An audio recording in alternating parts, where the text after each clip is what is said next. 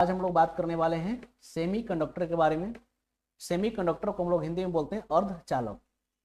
तो देखिए, अर्धचालक का मतलब कि कोई भी पदार्थ अगर आधा कंडक्टर की तरह और आधा इंसुलेटर की तरह, मतलब कि किसी ऐसे सबस्टांस जिसकी कंडक्टिविटी कंडक्टर और इंसुलेटर के बीच लाई करती हो, इसको हम लोग क्या बोलते हैं? Semi conductor. इसको हम लोग क्या बोलते हैं? Semi conductor. चलिए, सभी को गुड इवनिंग, जितने लोग जुड़े हुए हैं ऑनलाइन ऑफलाइन। अब देखिए, सेमी कंडक्टर की अगर हम बात करें तो इसमें आप देख सकते हैं ऐसे पदार्थ जिनकी विद्युत चालकता चालक एवं कुचालक पदार्थों के बीच की होती है, इनको हम क्या कहते हैं? अर्धचालक। यानी कि ऐसा मटेरियल जिसकी कंडक्टिविटी कंडक्टर और इंसुलेटर के बीच लाई करती हो, इसको हम लोग क्या बोलते हैं? सेमी कंडक्टर, अर्धचालक। जैसे एग्जांपल की बात करें तो सिलिकॉन, जर्मेनियम, आर्सेनिक, ये सब किसके एग्जांपल हैं? तो सिलिकॉन, जर्मेनियम, आर्सेनिक, ये सब जो है सेमी कंडक्टर का ही एग्जांपल है।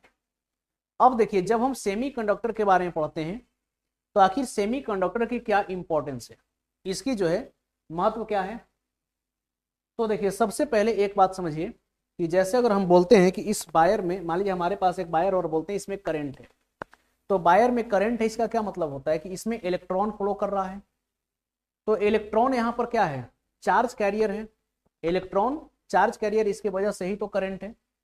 तो यहाँ पर सेमी कंडक्टर में हम लोग दो प्रकार के चार्ज कैरियर्स की बात करते हैं, एक को बोलते हैं इलेक्ट्रॉन और दूसरे को क्या बोलते हैं? होल। तो देखिए, आखिर जब इंपॉर्टेंस की अगर हम बात करते हैं तो इसकी चालकता को नियंत्रित किया जा सकता है। यानी कि जितना करंट हमें फ्लो कराना हो, हम अपनी इच्छा अनुसार यहाँ से करंट को फ्लो करा सकते हैं। यानी कि इसके कंडक्टिविटी को हम कंट्रोल कर सकते हैं। अर्थात इसका मतलब हुआ कि आवेश वाहकों यानी कि इलेक्ट्रॉन और छिद्रों की संख्या को हम क्या कर सकते हैं? नियंत्रित कर सकते हैं। तो यहां पर जो हमारा चार्ज कैरियर होगा वो क्या होगा? इलेक्ट्रॉन और होल्स। अब ये इलेक्ट्रॉन और होल्स के कॉन्सेप्ट क्या है, तो इसको भी हम लोग सीखेंगे आगे। अगर इसके हम और बात करें तो यह एक दिशात्मक धारा देता है। यानी कि कैसा करंट को देता है? Unidirectional current. यानी कि जब भी मॉडर्न फिजिक्स में बात करते हैं तो इसमें हम लोग डायोड के बारे में पढ़ते हैं, पीएन जंक्शन के बारे में पढ़ते हैं, और यहाँ से जो करंट मिलती है ये करंट एक ही डायरेक्शन में फ्लो होती है, इसलिए इसको हम लोग यूनिडायरेक्शनल करंट बोलते हैं। अब देखिए, आज ठीक है हमारे पास मॉडर्न फिजिक्स का दिया हुआ सब कुछ है, और आज के डेट में हम लोग मॉडर्न फिजिक्स पर ही अब काम कर भी रहे हैं। जो भी नए नए डिवाइसेस बन रहे हैं ये सब मॉडर्न फिजिक्स के ही कंपोनेंट से चल रहे हैं। लेकिन जब मॉडर्न फिजिक्स की जानकारी हम लोगों के पास नहीं थी, तब हम लोग चीजों को कैसे ऑपरेट किया करते थे? तो एक सिंपल सा एग्जांपल समझिए। जैसे आज ये जो आप लाइव क्लास कर रहे हैं, तो यहाँ पर एक लगा हुआ है डिजिटल बोर्ड। आप सोचिए कि आज से 10-15 साल पहले अगर हम चले जाएं तो क्या उस समय हम सोचे थे कि इतना बड़ा एक बोर्ड होगा जिस पर हम आसानी से पढ़ लेंगे, और ये बोर्ड जो है दीवार में टंग जाएगा, ये कंप्यूटर की तरह भी काम करेगा, बोर्ड की तरह भी काम करेगा, इसमें यूट्यूब भी चला सकते हैं, इंटरनेट भी चला सकते हैं, सब कुछ यानी कि मल्टी फंक्शनल हम लोग नहीं सोचे थे। ठीक, इसके बाद जो है अगर हम पुराने जमाने की बात करें तो हमारे घरों में जो टीवी हुआ करती थी, उस टीवी को रखने के लिए एक पूरे टेबल का स्पेस चाहिए होता था।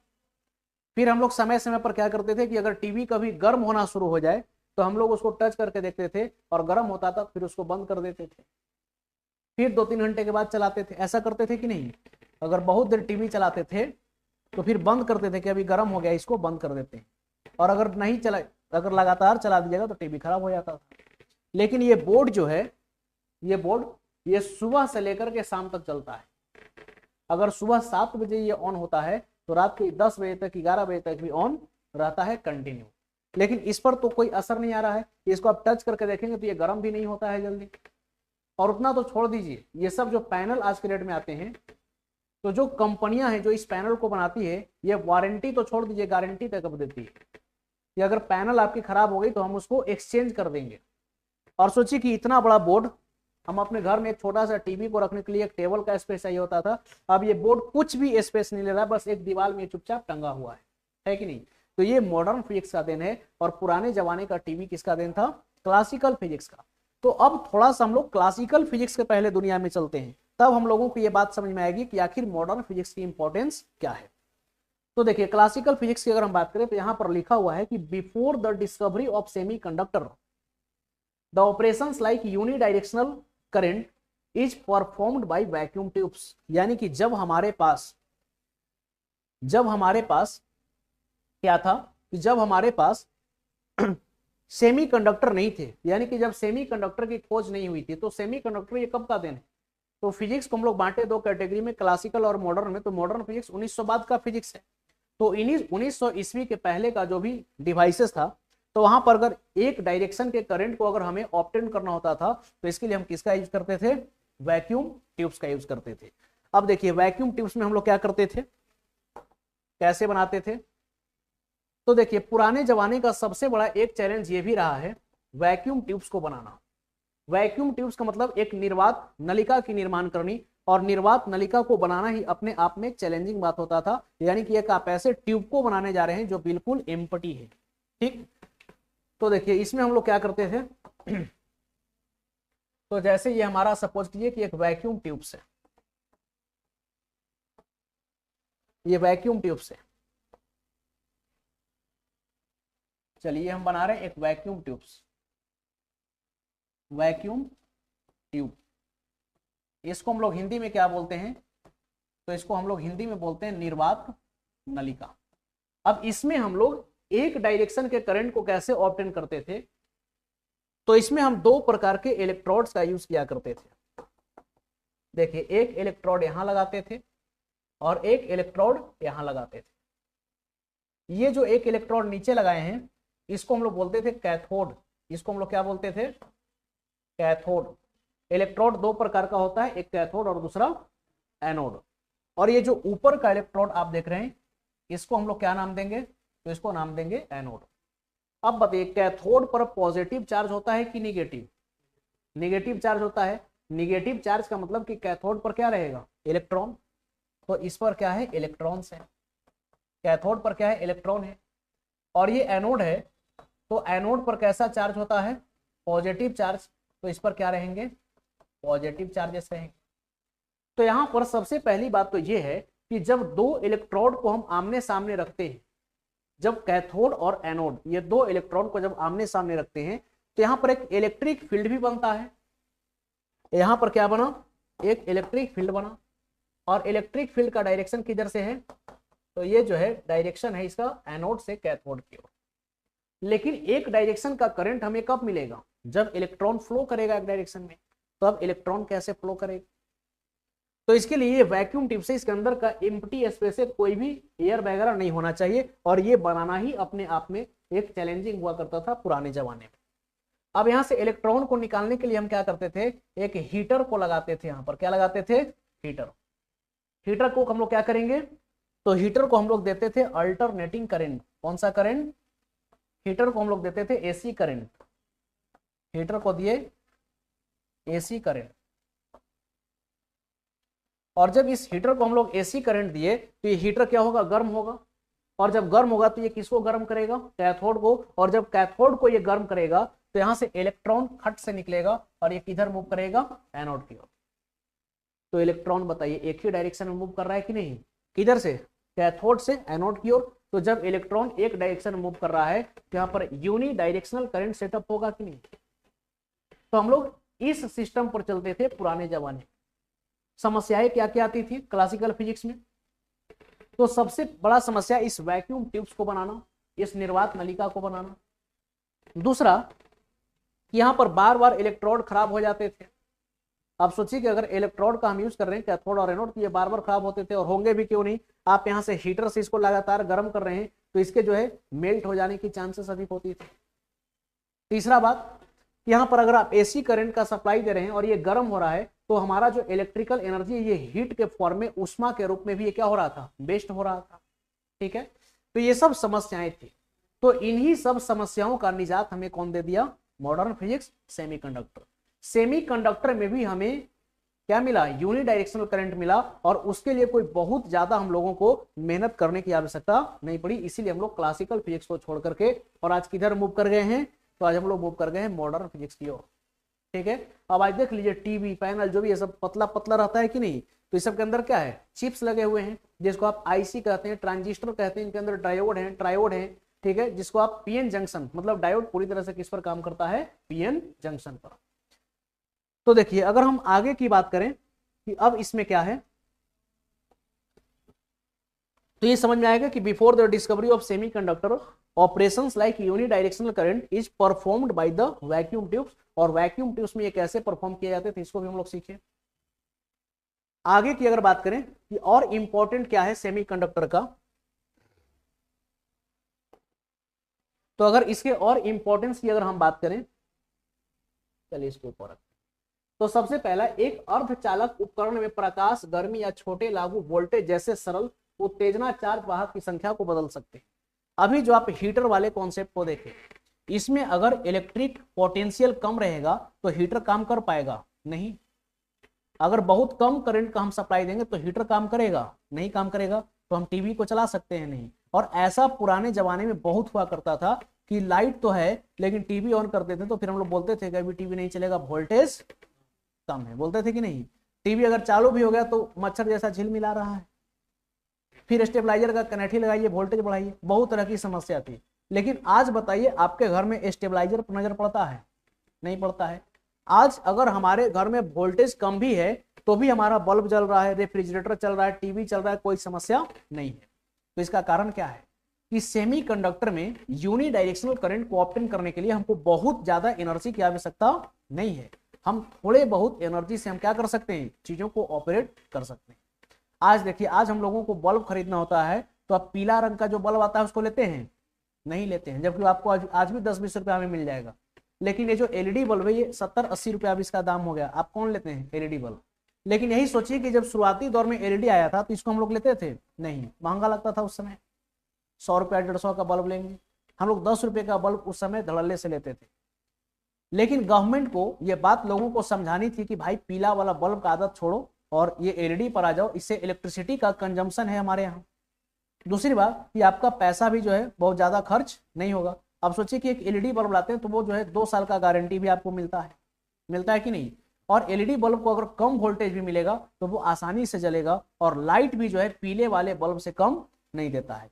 तो वही बात है कि यहाँ पर अगर हम बात करें चार्ज वाहक की, तो ये थोड़े से प्रकाश, गर्मी या फिर थोड़ा बहुत अगर वोल्टेज को अगर हम अप्लाई कर दें तो ये आसानी से ऑपरेट होने शुरू हो जाते हैं। आगे, आवेश वाहक ठोस में ही प्रवाहित होते हैं, यहाँ पर कोई वैक्यूम ट्यूब्स बनाने की आवश्यकता नहीं है, यहाँ पर जो भी हमारा होगा वो सॉलिड होगा। नेक्स्ट, आवेशों के प्रवाह के लिए कोई निर्वात नहीं बनाना पड़ता है जैसे कि वैक्यूम ट्यूब्स की आवश्यकता होता था। यानी कि यहाँ पर जो है आपको निर्वात नलिका बनाने की आवश्यकता नहीं है, और ये सबसे मेजर चैलेंजिंग था पुराने जमाने का, और इससे हम क्या हुए, आज के डेट में बच गए। आगे की अगर हम बात करें तो देखिए, आवेश वाहकों के उत्पादन के लिए इसे किसी कैथोड हीटिंग की आवश्यकता नहीं होती, इसलिए स्विच ऑन होते ही काम करना शुरू कर देता है। देखिए पहले के जमाने में, चलिए जब हम लोग इलेक्ट्रोड से कैथोड को हीट करते थे, गर्म करते थे, तो उस समय टीवी को ऑन होने में समय लगता था।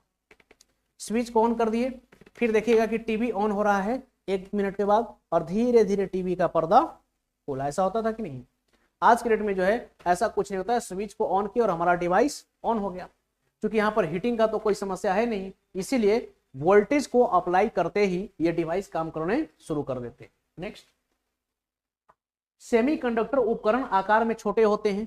ये आकार में क्या है, छोटा है, ये बहुत बड़ा भी नहीं है। आगे की अगर बात करें तो कम बिजली की खपत करते हैं, इलेक्ट्रिसिटी का भी यहाँ पर सेविंग है, और कम वोल्टेज पर भी ये काम करते हैं। अगर वोल्टेज कम भी है तो ये काम आसानी से करता है। आगे की अगर हम बात करें तो इनका जीवन लंबा होता है और इनकी विश्वसनीयता उच्च होती है, यानी कि इनकी ये लॉन्ग लाइफ होते हैं, इनकी लास्टिंग क्या है, लंबी है। इसीलिए देखिएगा कि एक बल्ब का भी जो है 2 साल का आपको गारंटी मिलता है, वारंटी तो छोड़ दीजिए, गारंटी। तो ये सब कुछ इंपॉर्टेंट फीचर्स देखे गए, जिसके कारण आज हम लोग कहां पर आ गए हैं, पूरी तरह से मॉडर्न फिजिक्स पर आ चुके हैं। क्लियर है। चलिए अब अगर आगे की अगर हम बात करें, आगे की अगर बात करें, इसका पीडीएफ आप लोग को मिला है कि नहीं, मिल गया है ना पीडीएफ। चलिए तो आगे की अगर हम बात करें तो अब देखिए, सेमीकंडक्टर को बांटा गया है 2 कैटेगरी में। जब सेमीकंडक्टर को हम लोग बोलते हैं, बांटते हैं, तो इसको कितने कैटेगरी में बांटते हैं, 2 कैटेगरी में। इसको दो कैटेगरी में बांटा गया है, एक है इंट्रिंसिक और दूसरा होता है एक्सट्रिंसिक। तो पहला देखिए इंट्रिंसिक सेमीकंडक्टर। इंट्रिंसिक सेमीकंडक्टर का मतलब आप समझेंगे ये कैसा सेमीकंडक्टर है, ये शुद्ध अर्धचालक है, ये शुद्ध अर्धचालक है। इंट्रिंसिक सेमीकंडक्टर का मतलब शुद्ध अर्धचालक, ये प्योर है।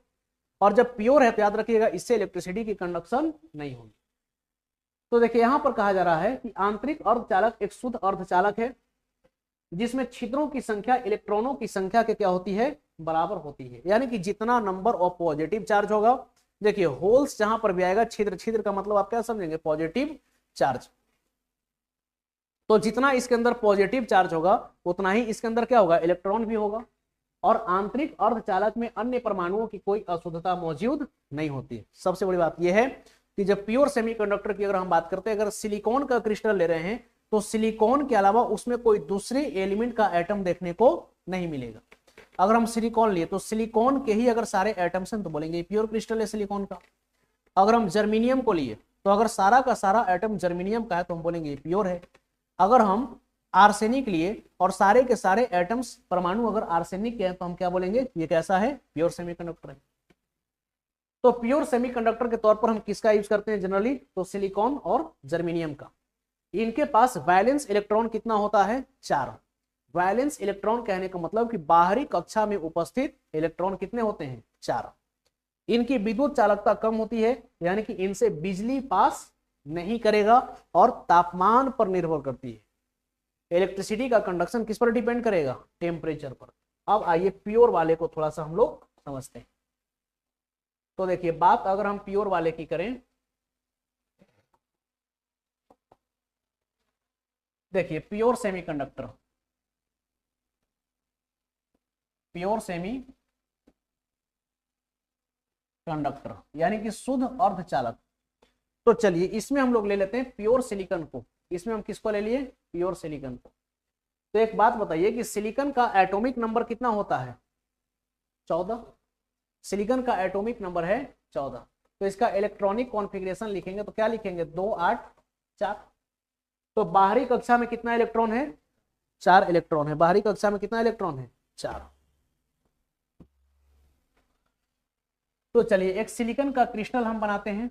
ये रहा सिलिकॉन, इसके बाहरी कक्षा में कितना इलेक्ट्रॉन, तो बाहरी कक्षा में है 4 इलेक्ट्रॉन।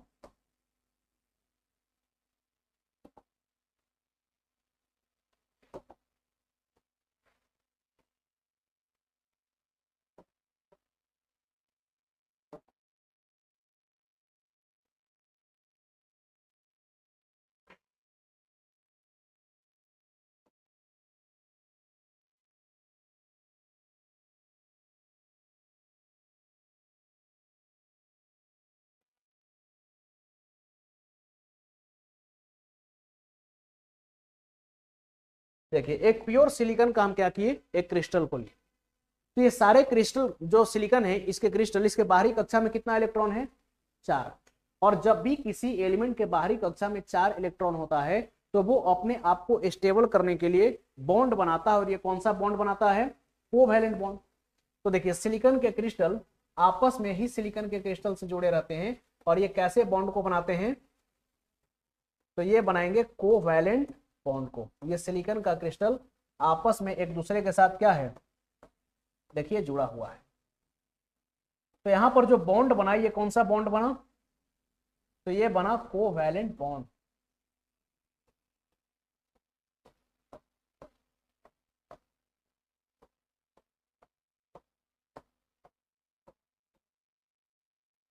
ये एक प्योर सिलिकॉन का क्रिस्टल है, ठीक। अब बताइए अगर ये प्योर सिलिकॉन का क्रिस्टल है तो यहां से इलेक्ट्रिसिटी पास होगी कि नहीं, इससे करंट पास होगा कि नहीं, तो इससे करंट बिल्कुल भी पास नहीं होगा। अब कोई पूछे कि करंट क्यों पास नहीं होगा, तो हम लोग जानते हैं कि करंट को पास होने के लिए अगर किसी भी चीज से करंट पास कर रही है तो इसके लिए या तो अगर हम मेटल की बात करें तो फ्री इलेक्ट्रॉन्स होने चाहिए, या फिर अगर हम किसी एक्वस सॉल्यूशन की बात करें तो उसके लिए फ्री आयंस होने चाहिए। तो इलेक्ट्रिसिटी का कंडक्शन 2 ही कंडीशन में होता है, या तो मुक्त इलेक्ट्रॉनों की वजह से या फिर मुक्त आयंस की वजह से। तो यहाँ पर कोई भी इलेक्ट्रॉन फ्री है नहीं, सब का सब बंधन में बंधा हुआ है, तो ये इलेक्ट्रिसिटी का कंडक्शन करेगा नहीं। इसीलिए हम लोग बोलते हैं कि प्योर सेमीकंडक्टर इलेक्ट्रिसिटी का कंडक्शन नहीं करता। लेकिन आगे एक बात लिखा हुआ था कि इनकी कंडक्टिविटी तापमान पर निर्भर करती है। किस पर? टेम्परेचर पर। तो देखिए टेम्परेचर पर कैसे निर्भर करेगा, तो टेम्परेचर पर निर्भर करेगा, कहने का मतलब यह हुआ कि अगर इसको हम गर्म करना शुरू कर दें, अगर इसको हम नीचे से हीट सप्लाई करना शुरू कर दें, इसको नीचे से हम क्या कर दें, हीट सप्लाई करना शुरू कर दें, इसको गर्म करना शुरू कर देंगे, तो गर्म करेंगे तो ये यहां से क्या होगा कि ये जो आप बॉन्ड देख रहे हैं, चलिए गर्म किए और यहां से ये बॉन्ड टूट गया। देखिए ये बॉन्ड टूटा और जैसे ही बॉन्ड टूटा ये जो इलेक्ट्रॉन था ये यहां से देखिए आगे निकल गया, और आगे जब निकला तो यहां पर एक खाली जगह बच गया। ऐसा समझ में क्या हुआ कि जब इसको हम हीट किए, जब सिलिकॉन के प्योर क्रिस्टल को जब हम गर्म किए तो हीट के कारण इसका कहीं से बॉन्ड टूट गया। जरूरी नहीं कि एक ही बॉन्ड, कई सारे बॉन्ड भी टूट सकते हैं अगर बहुत ज्यादा हीट कीजिएगा तो इसका एक बॉन्ड टूटा और बॉन्ड के टूटने के कारण यहां से एक इलेक्ट्रॉन क्या हो गया, बाहर निकल गया। ये जो बाहर इलेक्ट्रॉन निकला है इसका हम क्या नाम देंगे, ये जो बाहर इलेक्ट्रॉन यहां से निकला है इसको हम लोग बोलेंगे कि ये कैसा इलेक्ट्रॉन है, तो हम बोलेंगे ये फ्री इलेक्ट्रॉन है। हिंदी में इसको बोलेंगे कि ये मुक्त इलेक्ट्रॉन है। ये कैसा इलेक्ट्रॉन है, तो ये है मुक्त इलेक्ट्रॉन। और ये जो यहाँ पर आप देख रहे हैं इसी को हम लोग क्या बोलेंगे, इसी को हम लोग बोलेंगे होल यानी कि छिद्र, होल यानी कि छिद्र। अब जब यहां से इलेक्ट्रॉन निकल गया तो होल्स को हम लोग कैसा चार्ज मानेंगे, तो होल्स को हम लोग पॉजिटिव चार्ज मानते हैं। कैसा चार्ज, पॉजिटिव। अब जब यहां से इलेक्ट्रॉन निकल गया तो इस यहां से बताइए इलेक्ट्रिक करंट यहां से जो है पास करेगी कि नहीं। अब यहां पर ये करंट का कंडक्शन करेगा कि नहीं, तो फिर से वही समस्या कि अगर करंट को पास कराना है तो क्या इसको हम बार बार गर्म करेंगे, समस्या वही का वही रह गया कि नहीं। कि अगर करंट को पास करवाना है तो ऐसा कीजिए कि सिलिकॉन का या फिर कोई भी जर्मेनियम आर्सेनिक किसी का भी एक प्योर क्रिस्टल को लाइए और इसको गर्म कीजिए, बॉन्ड को तोड़ेंगे, इलेक्ट्रॉन फ्री होगा और फिर यहां से इलेक्ट्रिसिटी निकलेगा। तो फिर तो वही समस्या हो गया, वैक्यूम ट्यूब्स में तो हम गर्म ही कर रहे थे, तो फिर इसका क्या फायदा। तब वैज्ञानिकों के मन में एक सवाल आया, एक ख्याल ये आया कि क्या इसको हम, इसकी कंडक्टिविटी को हम बढ़ा सकते हैं कि नहीं। तो एक जुगाड़ आया, और जुगाड़ क्या था कि अगर ये प्योर क्रिस्टल है सिलिकॉन का तो यहां से एक सिलिकॉन के क्रिस्टल को हटाइए और किसी दूसरे एटम के क्रिस्टल को इसमें क्या कर दीजिए, डाल दीजिए, और इसको हम लोग क्या बोलेंगे, डोपिंग बोलेंगे। क्या बोलेंगे, डोपिंग। तो चलिए प्योर सेमीकंडक्टर था। अब कंडक्टिविटी की अगर हम बात करें तो देखिए एट 0 केल्विन यानी कि एब्सोल्यूट टेम्परेचर पर, यानी कि परम शून्य तापमान पर 0 केल्विन या फिर -273.15 डिग्री सेल्सियस पर ये इनफाइनाइट नंबर ऑफ रेजिस्टेंस को ऑफर करता है। यानी कि जो प्रतिरोध ये बनाएगा वो अनंत प्रतिरोध को बनाएगी और कोई भी इलेक्ट्रिसिटी का कंडक्शन यहां से नहीं होगा, यहां से इलेक्ट्रिसिटी का कोई कंडक्शन नहीं होगा। आगे बढ़ते हैं। अब हमारे पास एक ख्याल आया डोपिंग का, वैज्ञानिकों के पास एक ख्याल क्या आई, डोपिंग की ख्याल आई। अब देखिए डोपिंग को हिंदी में भी हम लोग क्या बोलते हैं, डोपिंग बोलते हैं। डोपिंग को हम लोग हिंदी में क्या बोलेंगे, डोपिंग। और जब डोपिंग की हम बात करते हैं तो डोपिंग क्या है, तो डोपिंग का मतलब हो गया शुद्ध अर्धचालक में, शुद्ध अर्धचालक में अशुद्धि, शुद्ध अर्धचालक में अशुद्धि, शुद्ध अर्धचालक में अशुद्धि मिलाने की प्रक्रिया, अशुद्धि मिलाने की प्रक्रिया।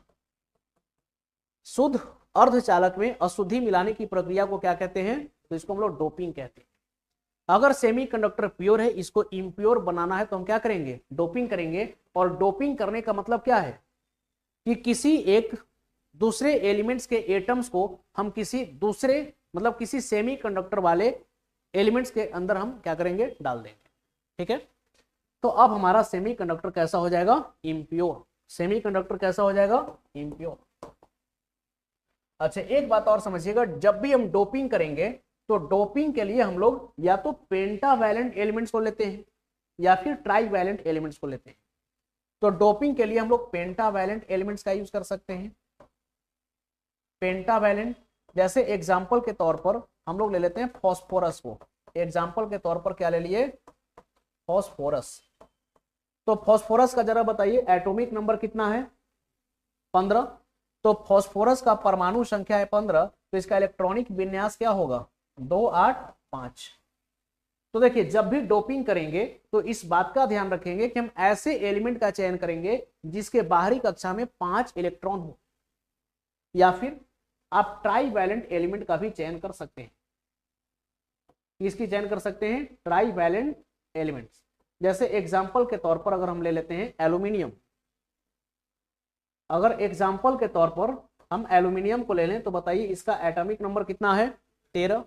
जब आप इसका इलेक्ट्रॉनिक कॉन्फ़िगरेशन लिखिएगा तो क्या लिखिएगा? 283। तो बताइए कि बाहरी कक्षा में कितना इलेक्ट्रॉन है? 3। तो अगर बाहरी कक्षा में 3 इलेक्ट्रॉन है तो ये हो गया ट्राई वैलेंट, और अगर बाहरी कक्षा में 5 इलेक्ट्रॉन है तो क्या हो गया? पेंटावैलेंट। तो जब भी शुद्ध अर्धचालक में अशुद्धि मिलाने की बात आएगी तो हम या तो एल्यूमिनियम को डालेंगे या किसको डालेंगे? फास्फोरस। और याद रखिएगा सबसे अच्छा सेमीकंडक्टर किसको माना जाता है? सिलिकॉन को। सबसे अच्छा किसको माना जाता है? सिलिकॉन को। और जब हम अशुद्धि मिलाएंगे तो अशुद्धि मिलाने के क्रम में इस बात का भी ध्यान रखेंगे कि जिस एलिमेंट का अशुद्धि के रूप, जिस एलिमेंट्स के एटम का हम अशुद्धि के रूप में इस्तेमाल कर रहे हैं वो दूसरे एलिमेंट यानी कि सेमीकंडक्टर जैसे सिलिकॉन ले रहे हैं तो सिलिकॉन के एटम के साथ मैच भी तो करना चाहिए। अब जैसे मान लीजिए पता चला कि ये जो बैच है, ठीक है, इस बैच में अगर एक 5 क्लास के बच्चे को बैठा दिया जाए तो वो ऑड लगेगा कि नहीं? मैच करेगा? नहीं मैच करेगा। लेकिन एक ऐसे आदमी को बैठा दिया जाए जो स्टूडेंट नहीं भी हो, ठीक है, लेकिन हाँ उम्र अधिक हो, चेहरे पर दाढ़ी मूछ हो, मतलब पूरी तरह से मैच्योर्ड हो, तो फिर ये बताइए डिफरेंस होगा? नहीं, फिर ये मैच कर जाएगा कि नहीं? कर जाएगा। लेकिन अगर 2 क्लास 3 क्लास के बच्चे को बैठा दिया जाए तो ये मैचिंग नहीं करेगी। तो चूंकि सिलिकॉन का एटॉमिक नंबर कितना है? 14, तो ये मैचिंग कर जाए इसलिए 15 या फिर 13 वाले का हम ज्यादातर प्रयोग करते हैं। तो अब देखिए हम लोग क्या करेंगे, शुद्ध अर्धचालक में मिलाएंगे अशुद्धि, और शुद्ध अर्धचालक में अशुद्धि मिलाना ही क्या कहलाएगा? डोपिंग। और जैसे ही डोपिंग करेंगे तो हमारा सेमीकंडक्टर कैसा हो जाएगा? इम्प्योर। सेमीकंडक्टर कैसा हो जाएगा? इम्प्योर। चलिए तो आगे हम लोग लिखेंगे impure semiconductor. Impure semi conductor यानी कि अशुद्ध अर्धचालक।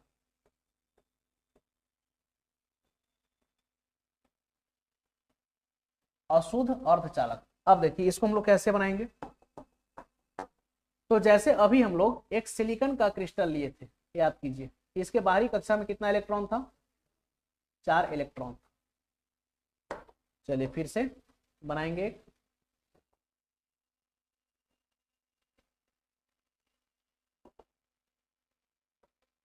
चलिए इस बार 3 का ही बनाते हैं, समझना है। ये एक सिलिकॉन का हम प्योर क्रिस्टल ले रहे हैं। कैसा क्रिस्टल? Pure crystal.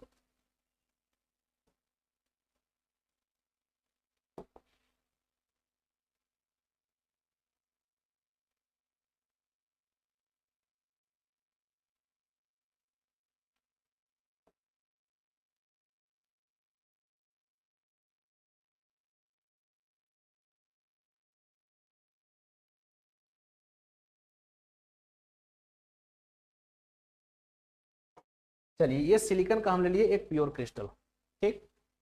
तो ये सब कैसा बॉन्ड को बनाए हुए हैं? ये सब कैसा बॉन्ड बनाया है बताइए? Covalent bond.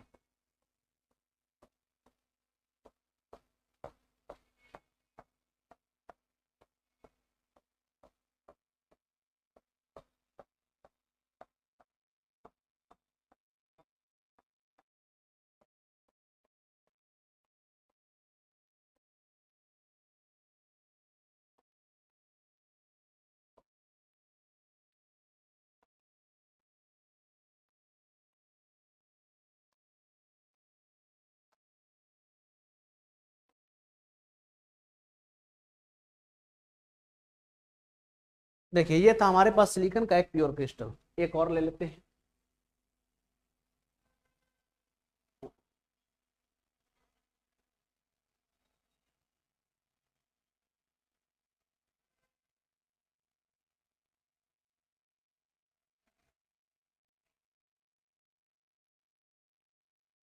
चलिए अब आइए इसको समझते हैं।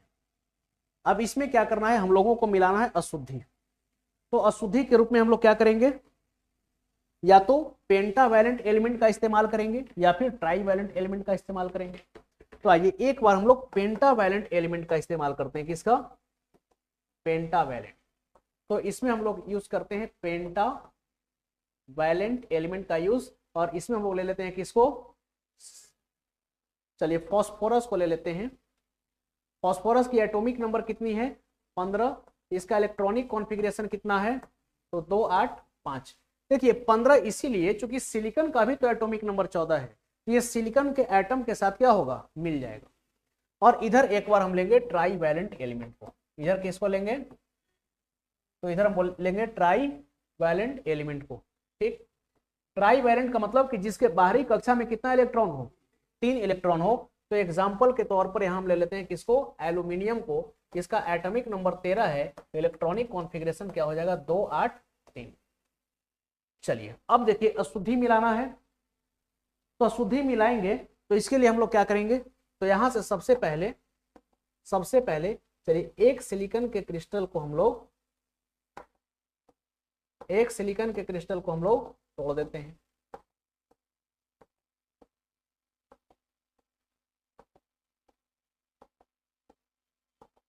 देखिए यहां से हम क्या किए कि एक सिलिकॉन के क्रिस्टल को हम हटा दिए।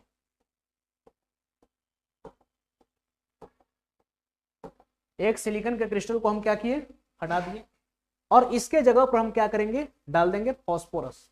तो चलिए इसके जगह पर हम डाल देते हैं किसको, फास्फोरस को डाल देंगे।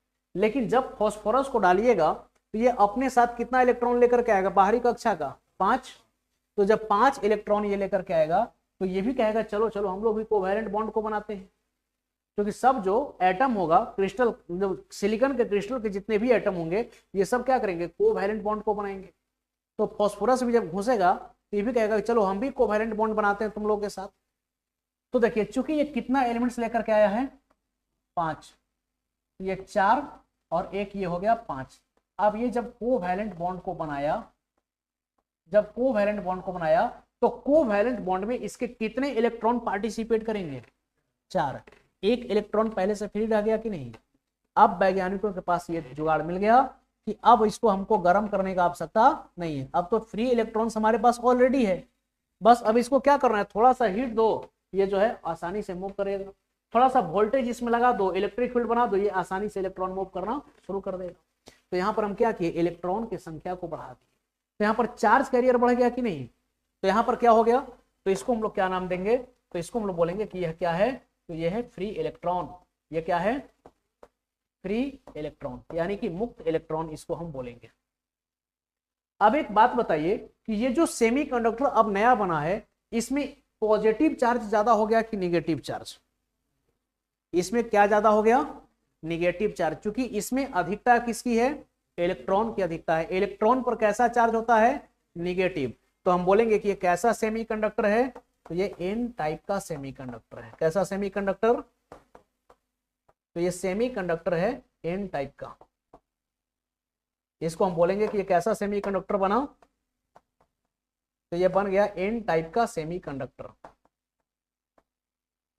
एन टाइप का सेमीकंडक्टर। ठीक, अब देखिए जब इसमें हम लोग क्या करते हैं कि इसमें चलिए एक सिलिकॉन के क्रिस्टल को फिर हटाते हैं और इसके जगह पर अब क्या करते हैं, ट्राईवैलेंट एलिमेंट डाल देते हैं एल्यूमिनियम को।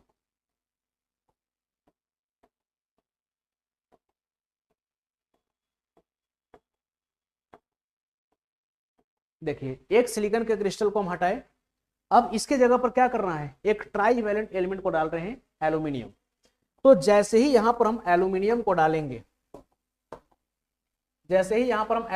डालेंगे, ये अपने साथ बाहरी कक्षा में कितना इलेक्ट्रॉन लेकर के आएगा, 3 इलेक्ट्रॉन लेकर के आएगा।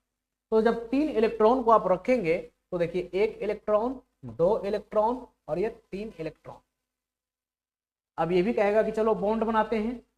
तो बॉन्ड तो जब बनाएगा तो चलिए 3 को तो बॉन्ड बन जाएगा यहां पर, ठीक है, लेकिन यहां पर एक खाली जगह रह जाएगा कि नहीं, खाली जगह रह जाएगा। और यहाँ पर तो कोई इलेक्ट्रॉन रहता तो फिर से बॉन्ड बन जाता, लेकिन चूंकि एल्यूमिनियम अपने साथ एक इलेक्ट्रॉन कम लेकर के आया है तो क्या बॉन्ड बनेगा? तो बॉन्ड नहीं बनेगा। तो यहाँ पर ये जगह क्या रह गया? खाली। तो इस खाली जगह को हम क्या बोलेंगे? होल। अब देखिए जगह तो खाली है और इस होल को आप क्या कहेंगे? Positive charge.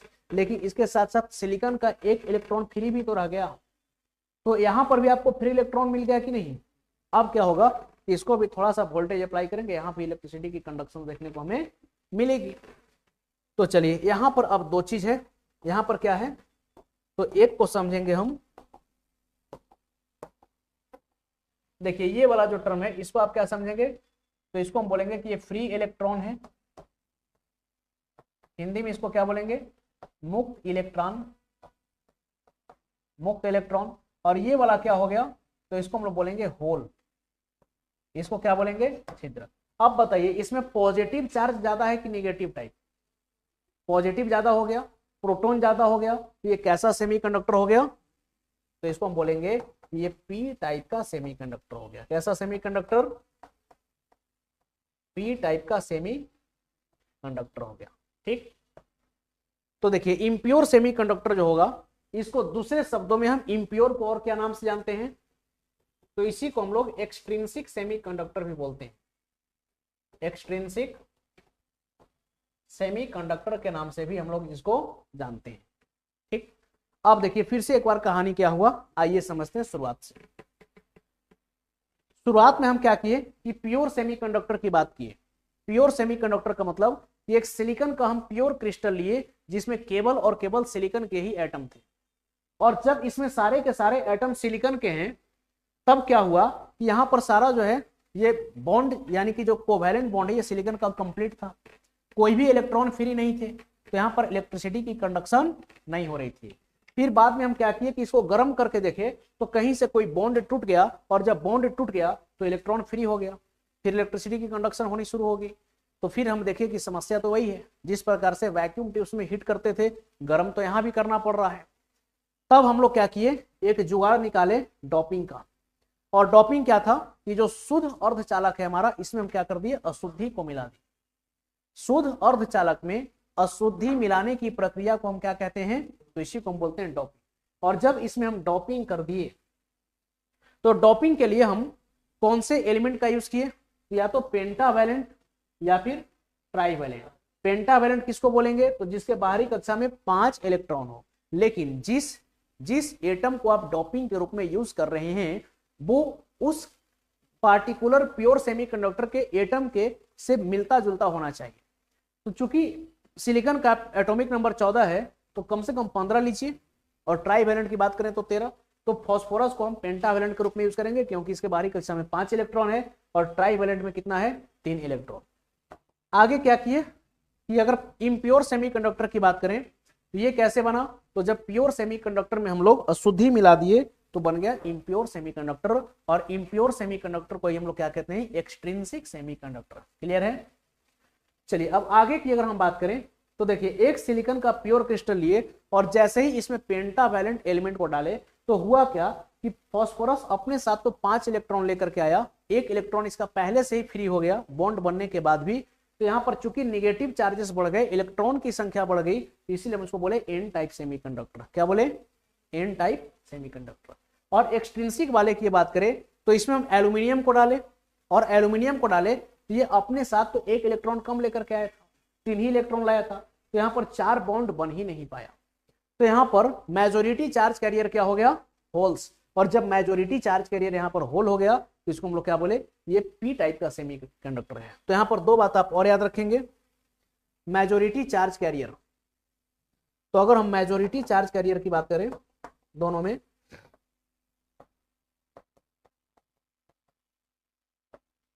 देखिए अगर बात हम करें मेजोरिटी चार्ज कैरियर की तो इसमें कौन सा आ जाएगा? तो मेजोरिटी चार्ज कैरियर में आ जाएगा इलेक्ट्रॉन। और इसमें अगर पी टाइप में हम बात करें कि मेजोरिटी चार्ज कैरियर क्या होगा, तो इसमें मेजोरिटी चार्ज कैरियर क्या हो जाएगा? तो इसमें मेजोरिटी चार्ज कैरियर हो जाएगा हमारा होल, यानी कि छिद्र। और होल को आप कैसा चार्ज मान करके चलेंगे? पॉजिटिव। इलेक्ट्रॉन को आप कैसा चार्ज मान करके चलेंगे? निगेटिव। क्लियर है? तो इम्प्योर सेमीकंडक्टर कितने टाइप्स के हो गए? 2, पी टाइप और एन टाइप। अब देखिए जितना बात आपको बताए ये सारा का सारा बात इसमें डिस्कस किया हुआ, बस ध्यान से इस पीडीएफ को सिर्फ पढ़ने की आवश्यकता है, सवाल आपके नहीं छूटेंगे, ये हमारी गारंटी है। देखिए सबसे पहले आपको यही बात बतलाए, ये सिलिकॉन का प्योर क्रिस्टल था, ठीक है। तो यहां से इलेक्ट्रॉन फ्री नहीं थे, इलेक्ट्रिसिटी की कंडक्शन नहीं हो रही थी, इलेक्ट्रिसिटी की कंडक्शन यहां पर नहीं हो रही थी। इसको हम क्या किए? हीट किए। तो हीट करने के वजह से क्या हुआ कि कुछ इलेक्ट्रॉन्स फ्री हो गए, बॉन्ड टूटा और इलेक्ट्रिसिटी की कंडक्शन होनी शुरू हो गई। लेकिन जब इसको हम हीट किए तब ना बॉन्ड टूटा। अगर हम इसको हीट नहीं करते बल्कि और टेम्परेचर को घटा देते, ये बॉन्ड क्या हो जाता? और स्ट्रांग हो जाता। ये बॉन्ड क्या हो जाता? और स्ट्रांग। तो वही बात कही गई है कि एट 0 केल्विन, 0 केल्विन का मतलब एब्सोल्यूट टेम्परेचर, जो कम से कम पॉसिबल टेम्परेचर हो सकता है। तो अगर 0 केल्विन की अगर हम बात करें तो resistance of semiconductor is infinite. किसी भी अर्धचालक की जो प्रतिरोध होगी, प्रतिरोधकता जो होगी वो क्या होगी? अनंत होगी। When its temperature is increased, some electrons becomes free and holes are produced। लेकिन जैसे जैसे आप टेम्परेचर को बढ़ाते जाएंगे बॉन्ड टूटेंगे, कुछ इलेक्ट्रॉन्स फ्री होंगे और इलेक्ट्रॉन जब अपनी जगह को छोड़ करके आगे बढ़ेंगे तो वहां पर क्या बन जाएगा? होल्स बन जाएगा। This is why it's conductivity increases, that is its resistance decreases. और यही कारण है कि फिर इनकी जो है कंडक्टिविटी बढ़ेगी और रेजिस्टिविटी क्या होगी? घटेगी। क्योंकि जब इलेक्ट्रॉन फ्री हो गया, करंट पास कर रहा है, मतलब रेजिस्टेंस घटा है। करंट और रेजिस्टेंस में क्या होता है? उल्टा रिलेशन होता है, इलेक्ट्रिसिटी में आप पढ़े भी थे। चलिए अगर आगे की हम बात करें तो अब देखिए दूसरा हम लोग क्या देखें? एक्सट्रिंसिक सेमीकंडक्टर यानी कि इम्प्योर। तो इम्प्योर वाले में क्या है? पहले डोपिंग कीजिए। डोपिंग का मतलब क्या? डोपिंग का मतलब क्या? शुद्ध अर्धचालक में अशुद्धि मिलाने की प्रक्रिया डोपिंग कहा जाता है। और डोपेंट परमाणु का आकार लगभग अर्धचालक परमाणु के आकार के समान होनी चाहिए। जैसे सिलिकॉन का एटॉमिक नंबर 14 था, इसीलिए हम फास्फोरस या फिर एल्यूमिनियम का यूज किए 13 या फिर 15 का, जो कि सिलिकॉन से कम मैच कर जाए, ठीक है। चलिए तो वही बात यहाँ पर लिखा हुआ है। अब देखिए टाइप्स की अगर हम बात करें तो ये 2 टाइप्स का है हमारा एक्सट्रिंसिक सेमीकंडक्टर, एक पी टाइप और एक एन टाइप। तो पी टाइप में क्या है?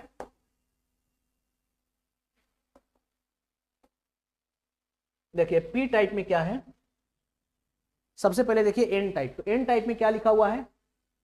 यह अर्धचालक को टेट्रावैलेंट अर्धचालक सिलिकॉन को एस्टेटिन, फास्फोरस या स्टीबियम जैसे पेंटावैलेंट अशुद्धियों के साथ मिलाकर प्राप्त किया जाता है। देखिए सबसे पहले सिलिकॉन का जो बॉन्ड होगा ये कैसा होगा? टेट्रावैलेंट। टेट्रा का मतलब 4 कोवैलेंट बॉन्ड को ये बनाएगा। तो इसमें क्या कीजिए,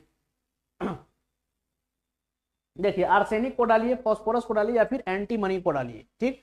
तो यहाँ पर हम लोग किसका यूज करेंगे? जनरली फास्फोरस का लेते हैं सिलिकॉन के साथ, क्योंकि डोपेंट परमाणु की आकार जो है इस अर्धचालक के परमाणु के आकार की क्या होनी चाहिए? तो करीब करीब समान होना चाहिए। तो जब इसमें देखिए ये पहले प्योर सिलिकॉन का क्रिस्टल था, ये सिलिकॉन का कैसा क्रिस्टल है? Pure crystal. अब हम यहां से एक सिलिकॉन को हटाए और इसके जगह पर क्या कर दिए? एक फास्फोरस डाल दिए। तो जब फास्फोरस को डाले हैं तो इसका एटॉमिक नंबर 15 था, इलेक्ट्रॉनिक कॉन्फ़िगरेशन 285, 4 इलेक्ट्रॉन। तो देखिए 1 2 3 4 ये तो पार्टिसिपेट कर लिया बॉन्ड में, एक इलेक्ट्रॉन बच गया फ्री, तो इसके कारण इलेक्ट्रिसिटी का क्या होगा? कंडक्शन। और चूंकि यहां पर इलेक्ट्रॉन्स की संख्या ज्यादा है इसीलिए इसको क्या बोलते हैं? एन टाइप का सेमी कंडक्टर। अब देखिए पी टाइप किसको बोलेंगे? तो पी टाइप में क्या है? तो इसको जरा ये समझते हैं।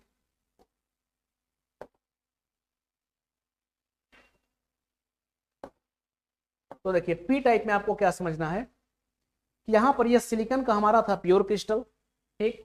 अब इसमें हम क्या किए कि सिलिकॉन के एक एटम को हटाए और इसमें डाल दिए एल्यूमिनियम, और एल्यूमिनियम डाले तो इसका एटॉमिक नंबर 13 था, इलेक्ट्रॉनिक कॉन्फ़िगरेशन 283।